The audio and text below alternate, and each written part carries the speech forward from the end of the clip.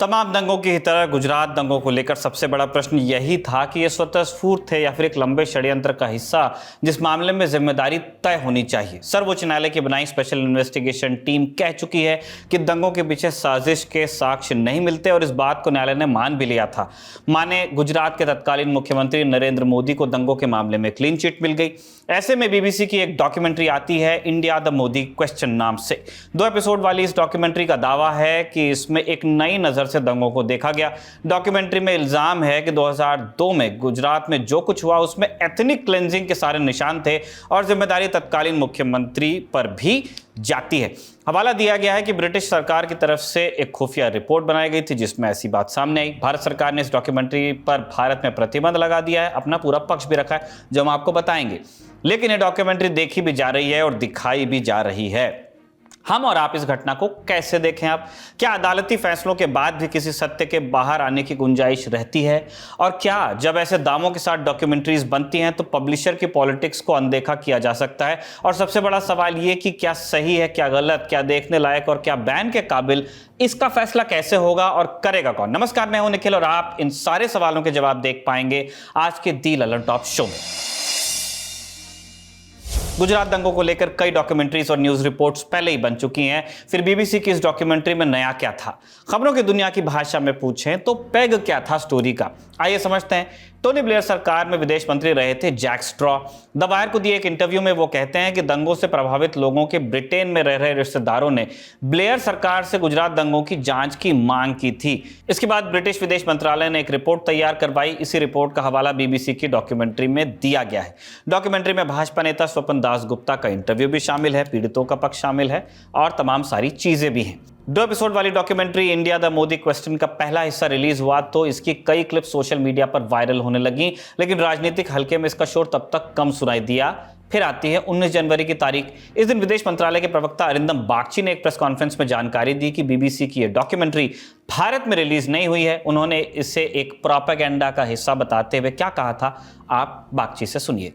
Let me just make it very clear. We think this is a propaganda piece designed to push a particular discredited narrative. The bias, a lack of objectivity, and frankly a continuing colonial mindset is blatantly visible. Documentary पर विदेश मंत्रालय की प्रतिक्रिया आने के बाद से यह मुद्दा कितना बड़ा बनने वाला था, इस बात का अंदाजा आपको विपक्ष में बैठी पार्टियों के बयानों से लग जाएगा। आप उनको सुनिए। चारों तरफ से वो तमाम ऐसे प्लेटफॉर्म्स पर इसकी कुदृष्टि है जहां से सच निकल कर आ सकता है, जहां से इनको आईना दिखाया जा सकता है। एक इंटरनेशनल प्लेटफॉर्म पे कोई डॉक्यूमेंट्री भी आ रही थी मोदी जी के खिलाफ, पिछले 2 हफ्ते से तो सुन रहे हैं आ रही है, पता नहीं कब आएगी। क्या पता वहां भी इनकी सुनने में आ रहा है कि पूरा लॉबिस्ट एंगेज कर लिए हैं लंदन में कि उस डॉक्यूमेंट्री को किसी तरीके से रोका जाए। देखिए, बीबीसी के द्वारा आदरणीय प्रधानमंत्री जी पर जो ये बनाया गया है और उसको लेकर के तो चर्चाएं हो रही हैं, लोग अपनी बात कह रहे हैं। लेकिन एक बात तो ठीक है, जो बात हम लोग लगातार कहते रहे हैं कि आदरणीय प्रधानमंत्री जी का प्रचार और प्रसार इसी को लेकर के ज़्यादा फोकस है और इसी पर जो है प्रचार प्रसार के भरोसे ही ये सरकार चल रही है। तो इस तरह का ये बनवाते हैं। कभी पूरे विश्व में सब लोगों ने देखा कि जहाँ भी जाते हैं तो पूरा मैनेजमेंट जो है इनको फोकस करके इनको प्रचारित और प्रसारित ये करवाते हैं। इस राजनीतिक बयानबाजी के बीच डॉक्यूमेंट्री का पहला हिस्सा या पहला एपिसोड कह लीजिए यूट्यूब पर अपलोड कर दिया गया और उसका लिंक सोशल मीडिया पर शेयर होने लगा। इस पर 21 जनवरी को केंद्र सरकार की तरफ से बड़ा कदम उठाया गया और डॉक्यूमेंट्री को ब्लॉक करने के आदेश आए। इस दिन सूचना और प्रसारण मंत्रालय के सलाहकार कंचन गुप्ता ने ट्वीट कर बताया कि सूचना एवं प्रसारण मंत्रालय ने documentary India the Modi question के पहले एपिसोड के यूट्यूब वीडियो को ब्लॉक करने के आदेश दिए और साथ ही इस वीडियो के लिंक वाले 50 से ज्यादा ट्वीट्स को भी ब्लॉक करने के लिए ट्विटर को आदेश जारी किया। कंचन गुप्ता ने यह भी बताया कि यूट्यूब को वीडियो को फिर से अपलोड अगर किया जाता है यूट्यूब पर तो उसे भी ब्लॉक करने का निर्देश दिया गया है। केंद्र सरकार अपने इस फैसले के बाद फिर से विपक्ष के निशाने पर आ गई। एआईएमआईएम के चीफ असदुद्दीन ओवैसी प्रधानमंत्री पर बनी इस डॉक्यूमेंट्री के बहाने एक और फिल्म को बैन करने की मांग करने लगे। आप सुन लीजिए। मोदी सरकार ने उस बीबीसी के इंटरव्यू को अंग्रेजों के बनाए हुए कानून के तहत इंडिया में, भारत में यूट्यूब पर, ट्विटर पर इसको बैन लगा दिया, इसको बैन लगा दिया। चलिए अब हम वजीर आजम से पूछना चाह रहे हैं, गुजरात में आप नहीं थे मुख्यमंत्री, नहीं थे, मोदी नहीं थे, कोई आया था मार्स से, सैटर्न से आया था, कोई प्लेनेट से आया होगा क्या? आप नहीं थे, आके मार के चला गया। दर्शकों की जानकारी के लिए बता दें कि ओवैसी जिस फिल्म पर बैन की मांग कर रहे हैं उसका नाम गांधी गोडसे एक युद्ध है, जो कि 26 जनवरी को रिलीज होगी। फिलहाल बयानबाजी का सिलसिला अभी थमा नहीं है। आज भारत जोड़ो यात्रा के दौरान राहुल गांधी ने इस मुद्दे पर क्या कहा, आप वो भी सुनिए। If you read Bhagavad Gita or you read the Upanishads, you will see in it it's written that the truth cannot be hidden. The truth always comes out. You can control the institutions, you can use CBI, ED, all this stuff.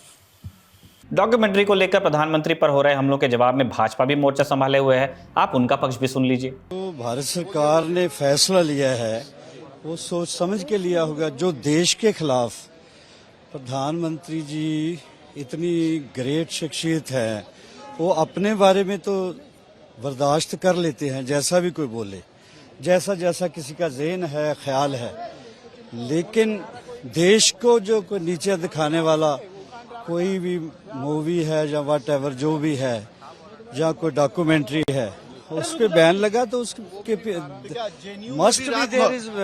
Must be there is solid reason. BBC की documentary को लेकर जो विवाद शुरू हुआ है उसके कम होने के आसार अभी तो नजर नहीं आते। इस मामले में अब दिल्ली के जवाहरलाल नेहरू विश्वविद्यालय यानी जेएनयू की एंट्री भी हो गई है।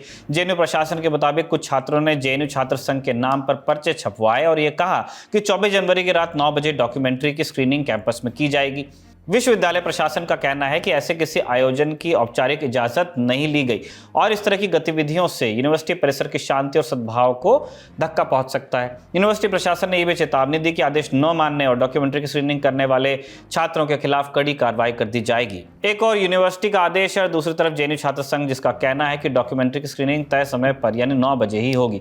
अब जेएनयू में डॉक्यूमेंट्री दिखाई जाएगी या नहीं, इसका अपडेट आपको दी ललन टॉप की वेबसाइट पर मिल जाएगा। जेएनयू से बात है हैदराबाद यूनिवर्सिटी पर। यहां 22 जनवरी को छात्रों के एक गुट ने कैंपस में बीबीसी की डॉक्यूमेंट्री की स्क्रीनिंग करवा दी। मीडिया रिपोर्ट्स के मुताबिक स्टूडेंट इस्लामिक ऑर्गेनाइजेशन और मुस्लिम स्टूडेंट फेडरेशन ने यूनिवर्सिटी के अंदर डॉक्यूमेंट्री प्रदर्शन का आयोजन किया।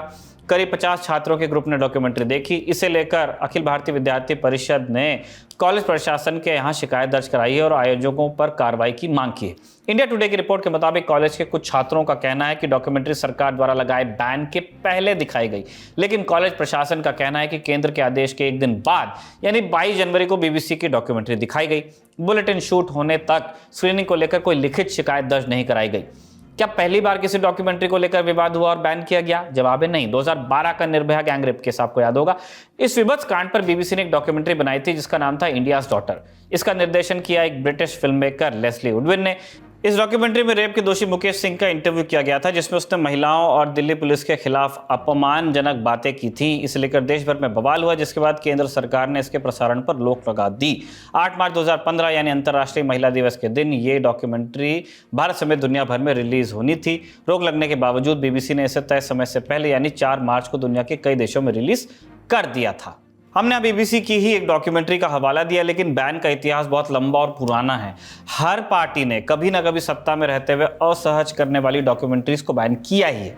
अब बैन की इस प्रोसेस को थोड़ा समझते हैं। बैन की वजह सरकार ने यह वजह बताई कि डॉक्यूमेंट्री भारत की सुप्रीम कोर्ट के अधिकार और विश्वसनीयता पर आक्षेप लगाती है, विभिन्न समुदायों के बीच विभाजन करती है और भारत में विदेशी सरकारों के काम के बारे में निराधार आरोप लगाती है। सूचना एवं प्रसारण मंत्रालय ने इस डॉक्यूमेंट्री को इन प्लेटफॉर्म से हटाने का आदेश इंफॉर्मेशन टेक्नोलॉजी एक्ट 2021 के तहत आने वाले इमरजेंसी प्रोविजंस के तहत दिया। ये क्या है?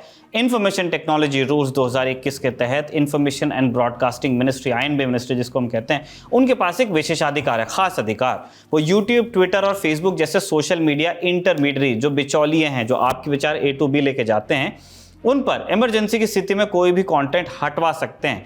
जिसमें किसी किस्म की देरी बर्दाश्त नहीं करने का प्रावधान है, यानी उन प्लेटफॉर्म से वो कंटेंट तत्काल प्रभाव से हटाया जाएगा जब आदेश दिया हटाना है।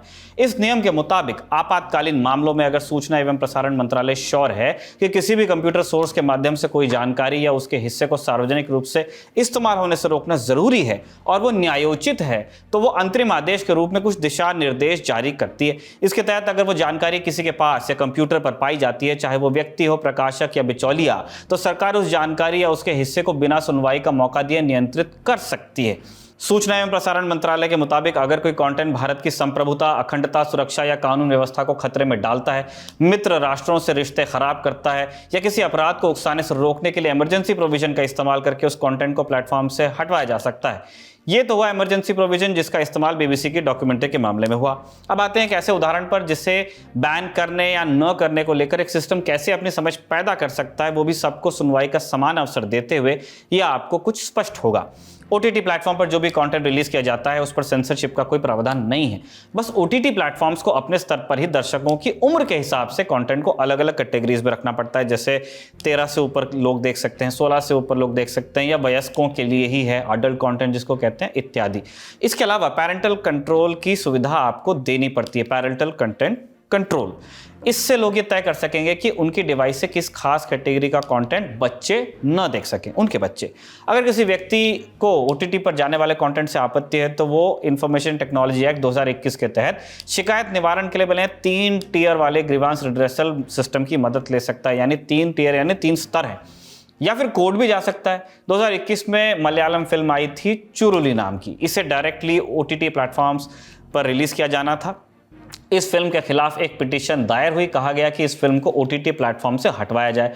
मामला कोर्ट चला गया, कहा गया कि चुरुली फिल्म में जिस भाषा का इस्तेमाल किया गया वो बहुत गंदी है, जो कि समाज और सार्वजनिक व्यवस्था, शालीनता और नैतिकता के खिलाफ है। इस कार्यवाही में सीबीएफसी को भी एक पार्टनर बनाया गया, क्योंकि आरोप यह था कि फिल्म के जिस वर्जन को ओटीटी पर रिलीज किया गया वो सेंसर बोर्ड से पास करवाए हुए वर्जन से अलग थी। इसकी वजह से एक जरूरी मसला खड़ा हुआ कि क्या ओटीटी पर रिलीज होने वाले कंटेंट को भी सीबीएफसी के सर्टिफिकेशन की जरूरत है। इस मामले की सुनवाई करते हुए केरल हाईकोर्ट ने कहा कि कोर्ट यह फैसला नहीं ले सकती कि फिल्म मेकर को अपनी फिल्म में कैसी भाषा का प्रयोग करना चाहिए। कोर्ट का काम फिल्म मेकर की आर्टिस्टिक लिबर्टी को ध्यान में रखते हुए सिर्फ यह जांचना है कि वो फिल्म किसी मौजूदा कानून का उल्लंघन तो नहीं करती। इसलिए केरल हाईकोर्ट ने स्टेट पुलिस को आदेश दिया कि आप एक टीम बना के ये दिखवाइए कि फिल्म में कोई अपराध या कानून का उल्लंघन हुआ है क्या। पुलिस ने इस मामले की जांच करने के बाद हाईकोर्ट में एक रिपोर्ट दायर की। इसमें बताया गया कि फिल्म में अभद्र भाषा का प्रयोग किया गया है, मगर वो फिल्म को दर्शकों के लिए यकीनी बनाने के मकसद से किया गया। इस रिपोर्ट में यह भी कहा गया कि जो भाषा फिल्म में इस्तेमाल की गई वो किसी नियम का उल्लंघन नहीं करती, क्योंकि गलत भाषा का प्रयोग तब अपराध की श्रेणी में आएगा जब वो सार्वजनिक जगहों पर किया जाए। केरल हाईकोर्ट ने इस पिटीशन को खारिज कर दिया। कोर्ट ने 1994 में आई फिल्म बैंडिट क्वीन के Bobby art international versus Ompal Singh case के फैसले का हवाला देते हुए कहा कि इस फिल्म की सामाजिक प्रधानता और आर्टिस्टिक वैल्यू फिल्म में दिखाई गई अश्लीलता और अभद्र भाषा पर भारी पड़ती है, इसलिए इस फिल्म को उसके समयकाल और समकालीन मानकों के लिहाज से जांचा जाना चाहिए। तो यहाँ एक सिस्टम था जिसने अपना काम किया और उसके बाद बैन करने या न करने का फैसला लिया। हमने इस विषय पर ख्यात फिल्मकार आनंद पटवर्धन से भी बात की, जो दुनिया भर में अपनी डॉक्यूमेंट्रीज के लिए जाने जाते हैं। बैन पर वो क्या सोचते हैं, आप सुनिए। नई बात ये थी कि ये दुनिया के सामने बात आई है, क्योंकि हम जब फिल्म बनाते हैं वो पूरी दुनिया नहीं देखती है, और हमारे देश में भी उसको दिखाने में बहुत समय जाता है। दिखा पाते हैं मगर कम लोगों को। तो ये सबसे अच्छी बात ये है कि इस फिल्म को लोग देख रहे हैं, पूरी दुनिया के लोग देख रहे हैं। हमारे देश में भी कुछ लोग तो देख ही रहे हैं बैन के बावजूद। और मुझे लगता है कि आज के ज़माने में बैन कोई बहुत इफ़ेक्टिव चीज़ नहीं हो सकती है, क्योंकि इंटरनेट का ज़माना है। तो ये डॉक्यूमेंट्री पहुंच जाएगी लोगों तक। और इसके बारे में मैं ये एक ही बात कहना चाहता हूँ कि ये डॉक्यूमेंट्री बहुत पहले आ जानी चाहिए थी, बीबीसी पे पहले आ जानी चाहिए थी। मगर बीबीसी ने जो रोल प्ले किया पहले, वो यानी मुझे नहीं पता, मगर उन्होंने इस चीज के बारे में बात ही नहीं की। बहुत कम कम्युनलिज्म के खिलाफ उन्होंने, भारत में जो चल रहा था उसके बारे में बोल ही नहीं रहे थे। और यहाँ तक कि मैंने भी एक फिल्म बनाई थी, रीजन, विवेक। 4 साल पहले बीबीसी ने उसको देखने से ही मना कर दिया, क्योंकि वो डर गए थे, भारत के खिलाफ बोलना नहीं चाहते थे। मगर तो अब क्या हुआ है जो जिससे वो बोलने लगे हैं, ये मुझे नहीं पता, मगर अच्छी बात है कि बोलना शुरू किया है। क्या किसी डॉक्यूमेंट्री को देखते वक्त उसके पब्लिशर की नीयत की भी जांच होनी चाहिए? इस पर आनंद पटवर्धन क्या सोचते हैं, अब ये सुनिए। हाँ, कर सकते हैं, मगर मुझे नहीं लगता कि वो करने से इस डॉक्यूमेंट्री के अंदर कोई झूठ है, ऐसा मैं नहीं मानता हूँ। ये काफी रिसर्च करने के बाद ये डॉक्यूमेंट्री बनाई है, उसमें हर तरह के पहलू रखे हैं। यहाँ तक कि मैं कहूंगा कि कुछ कुछ चीजें उन्होंने बताई नहीं गई, वो बतानी चाहिए थी। ये था आज का the Lallantop show. Comment box में लिख के बताइएगा कि आपको कैसा लगा। अगले एपिसोड में आपसे मुलाकात होगी, ऐसी कामना के साथ लेते हैं विदा।